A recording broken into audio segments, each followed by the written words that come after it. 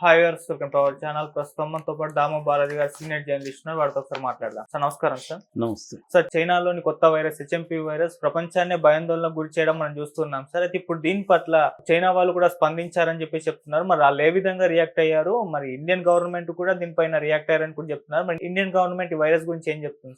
నిన్న మనం చెప్పుకున్నాం. యాక్చువల్గా చైనాలో హెచ్ఎంపివి అంటే హ్యూమన్ మెటానిమో వైరస్ అనమాట. ఇది నిమోవిరిటే వైరస్ ఫ్యామిలీకి సంబంధించింది. ఇది ఆర్ఎన్ఏ బేస్డ్. మామూలుగా వైరస్లు ప్రధానంగా ఆర్ఎన్ఏ, డిఎన్ఏ బేస్డ్ ఉంటాయి. డిఎన్ఏ అనేది మనకు తెలుసు, మన బాడీలో ఒక రకమైన సెల్స్లో ఉండే మెకానిజాన్ని డిఎన్ఏ అంటాము. అట్లాగే ఆర్ఎన్ఏ కూడా న్యూక్లిక్ యాసిడ్ అనమాట. అది లివింగ్ సెల్స్లో ఉంటుంది. మామూలుగా డిఎన్ఏకి ఆర్ఎన్ఏకి ప్రధానమైన తేడా ఏమంటే డిఎన్ఏ డబుల్ స్ట్రేడెడ్ ఇది అనమాట. దీంట్లో సింగిల్ ఇది.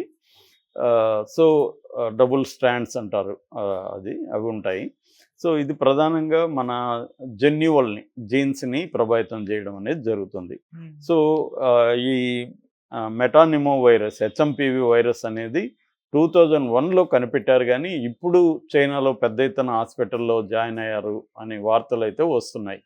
సో మామూలుగా అయితే ఎవరి సీజన్లో కూడా చైనాలో ఇట్లాంటివి వస్తాయి. ఇప్పుడు కూడా రకరకాల వైరస్లు అక్కడ అటాక్ అయినాయి. అందులో ప్రధానంగా నిమోవిరిడే, మెటాఫ్యూమో వైరస్, ఇన్ఫ్లుయెంజా, మైక్రోప్లాజ్మా, నిమోనియా, కోవిడ్-19 ఇవన్నీ కూడా అక్కడ కూడా వచ్చాయి. అయితే అక్కడ ఏంటంటే ప్రధానంగా ఈ ఆందోళన ఎందుకు జరిగిందంటే డిసెంబర్ 16 నుంచి డిసెంబర్ 22 వరకు ఒక డేటా బయటకు వచ్చింది. ఈ డేటా ప్రకారం అక్కడ ఏంటంటే పెద్ద ఎత్తున పిల్లలు, ముసలి వాళ్ళు, ఎందుకంటే వీళ్ళకి రోగ నిరోధక శక్తి, ఇమ్యూనిటీ పవర్ తక్కువ ఉంటుంది కాబట్టి పిల్లల్లో అండ్ ముసలి వాళ్ళలో వాళ్ళకి ఎక్కువ ఈ వ్యాధి సోకింది. నిన్న నేను దీని లక్షణాలు ఇవన్నీ కూడా చెప్పాను. బ్రీఫ్గా చెప్పుకోవాలంటే ఈ హెచ్ఎంపి వైరస్ లక్షణాలు ఆల్మోస్ట్ కోవిడ్-19 వైరస్ లక్షణాలకు దగ్గరగా ఉంటుంది. ఇది ప్రధానంగా ఏంటంటే తుమ్మినప్పుడు పార్టికల్స్ ఏవైతే ఉంటాయో వాటి ద్వారానే వ్యాపిస్తుంది. దగ్గు, తుమ్ములు, జ్వరము, జలుబు ఇట్లాంటివి ఉంటాయి. ప్రధానంగా ఇది లంగ్స్ మీదనే ఎఫెక్ట్ చూపిస్తుంది.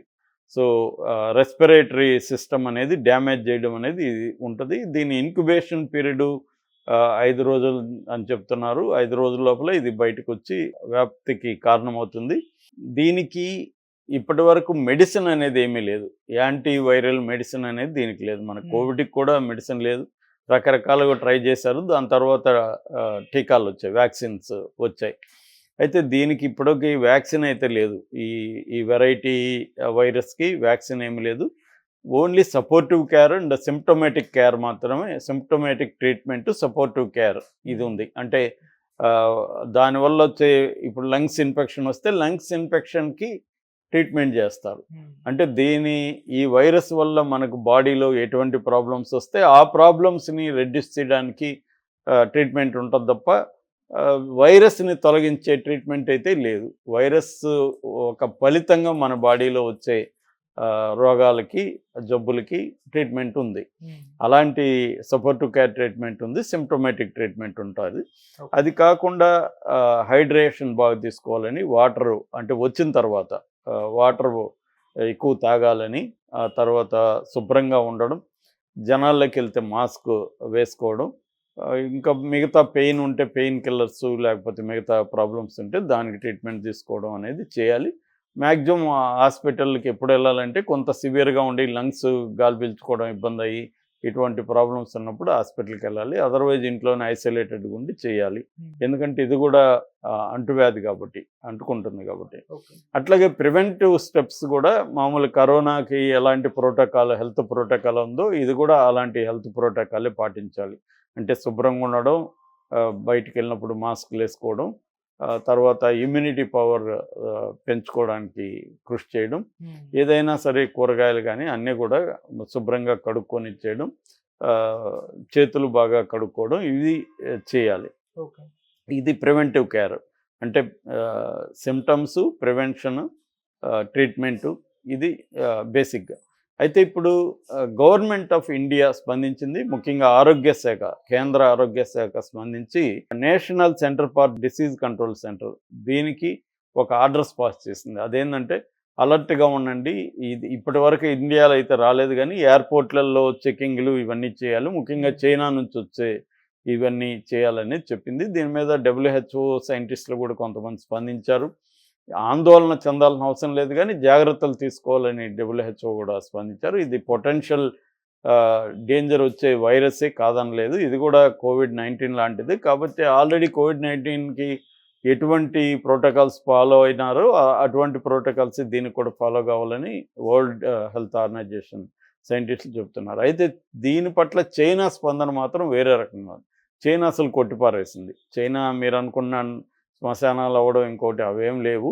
మామూలుగా సీజనల్ జబ్బులే వస్తాయి, సీజనల్ వైరస్లు వస్తాయి. ఆ వైరస్లు ఇబ్బంది పడిన వాళ్ళు హాస్పిటల్లో చేరుతారు అనేది చెప్తున్నారు. కొంతమంది చైనాకు సంబంధించిన వాళ్ళతో నేను కూడా మాట్లాడాను. అంటే అక్కడ నుంచి మన వాళ్ళు అక్కడ చదువుకునే వాళ్ళతో వాళ్ళు కూడా ఇక్కడ మీరు చెప్తున్నంత భయంకరంగా ఏమీ లేదు సార్, ఇక్కడ హాస్పిటల్స్ అంతా కూడా మంచిగా బాగుంటాయి, చాలా 5 స్టార్ హోటల్స్ లాగా ఉంటాయి హాస్పిటల్స్ అంతా.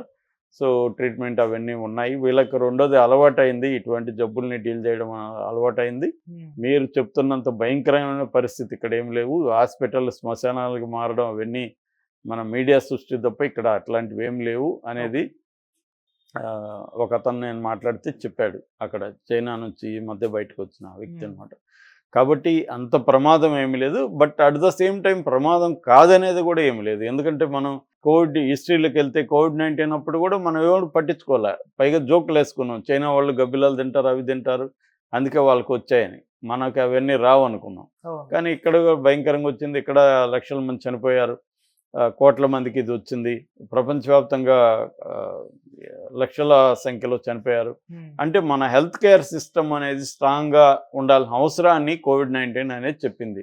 పబ్లిక్ హెల్త్ కేర్ సిస్టమ్ వ్యక్తులుగా ఎవరికి వాళ్ళు పాటించడం ఒకటైతే, పబ్లిక్ హెల్త్ కేర్ సిస్టమ్ అనేది బలహీనపడిపోయింది. ఎందుకంటే ప్రైవేటైజేషన్ అనేది హాస్పిటల్స్లోకి రావడంతో హెల్త్ ఇన్ఫ్రాస్ట్రక్చర్ కానీ, పబ్లిక్ హెల్త్ కేర్ సిస్టమ్ కానీ, గవర్నమెంట్ హాస్పిటల్స్ కానీ వాటిలో మామూలుగానే నేను తిరుపతి పోయినప్పుడంతా రవి హాస్పిటల్ గురించి చెప్తుంటారు. కాటన్ కూడా ఉండదు అక్కడ అని, సింపుల్ కాటన్ కూడా దొరకదు అనేది అక్కడ డాక్టర్లు మనకి చెప్తుంటారు. ఆ స్థాయిలో ఆడ ఏమీ ఉండవు. ఇటువంటి హెల్త్ ఇన్ఫ్రాస్ట్రక్చర్ని డెవలప్ చేయడం, పబ్లిక్ హెల్త్ కేర్ సిస్టమ్ని డెవలప్ చేయడం అనేది ప్రభుత్వాలు కాన్సన్ట్రేట్ చేయాలి. కొంతవరకు COVID-19 తర్వాత స్టేట్ గవర్నమెంట్స్ కానీ, సెంట్రల్ గవర్నమెంట్ కానీ దీని మీద కొంత దృష్టి పెట్టింది. అట్లాగే అవేర్నెస్ క్రియేట్ చేయడం, వ్యక్తుల్లో అవేర్నెస్ క్రియేట్ చేయడం కూడా ఇంపార్టెంట్. ముఖ్యంగా ఆల్రెడీ కోమార్బైడ్స్ అంటారు, అంటే ఆల్రెడీ మనకు కొన్ని రకాల జబ్బులు ఉన్న వ్యక్తులు, అంటే బీపీ కానీ, డయాబెటీస్ కానీ, లేకపోతే ఆస్మా లాంటి పేషెంట్లు